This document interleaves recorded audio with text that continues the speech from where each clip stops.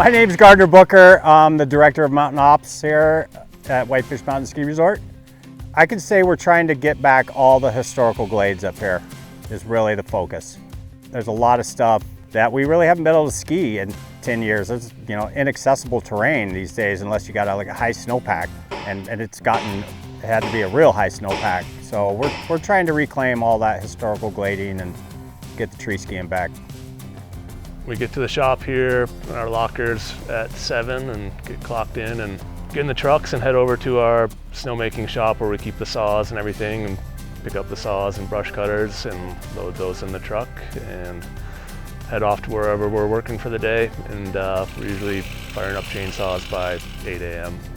I've been skiing up here for 21 seasons, and over that time I've seen us lose acres and acres of good skiing, and we're bringing it back.